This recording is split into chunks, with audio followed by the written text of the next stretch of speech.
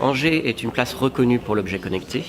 C'est le thème que nous avions choisi en juin 2015 lors de notre labellisation French Tech. Ça fait maintenant 2 ans que nous travaillons sous forme de collectif sur ce thème-là. Pourquoi ce thème des objets connectés? Pourquoi Angers? Eh bien parce que c'est le berceau de l'électronique. Dans les années 60, il y a ici la naissance de la production électronique en France. Nous avons encore aujourd'hui, à moins d'1 heure d'Angers, 4 sous-traitants de l'électronique parmi le top 50 mondial. Que sont Eolan, Lacroix, All Circuits et Astil-Flash. C'est donc un berceau où on va pouvoir produire de l'électronique en petite et moyenne série à forte valeur ajoutée. C'est un domaine sur lequel la France, avec sa créativité, le CES, montre des talents et sur lequel il y a toute une filière électronique capable de le produire. Ici, à Angers, nous essayons d'accélérer ces productions d'objets connectés. Donc pour nous, aller au CES, c'était à la fois de la visibilité et à la fois surtout trouver des partenaires pour pouvoir distribuer et vendre nos produits, sachant que le CES a cette particularité d'avoir directement des décisionnaires. On est dans un cercle un peu de happy few. Ça permet d'être de l'autre côté de l'Atlantique, mais malgré tout d'avoir des interlocuteurs français, européens, mondiaux évidemment.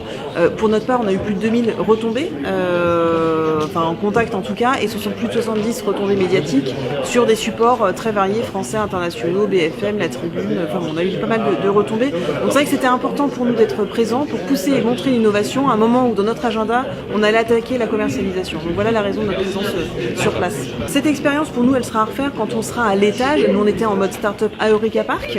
Yvonne, c'est une société qui a été créée l'année dernière, une spin-off qui appartient, en tout cas qui s'adosse sur le groupe R1, donc ça fait 90 ans qu'on fait de la chaussure, pour faire de la chaussure connectée.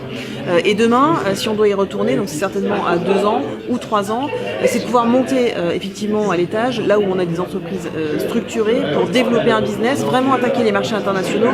Ce serait vraiment ça la prochaine étape pour Yvonne.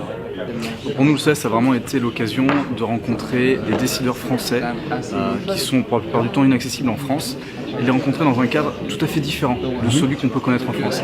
Dans un cadre ultra tech, avec énormément de monde, énormément de dirigeants, et puis surtout très décomplexé. On peut parler assez facilement, on est loin des soucis, on est loin de la France, et donc du coup les gens sont beaucoup plus ouverts et beaucoup plus accessibles.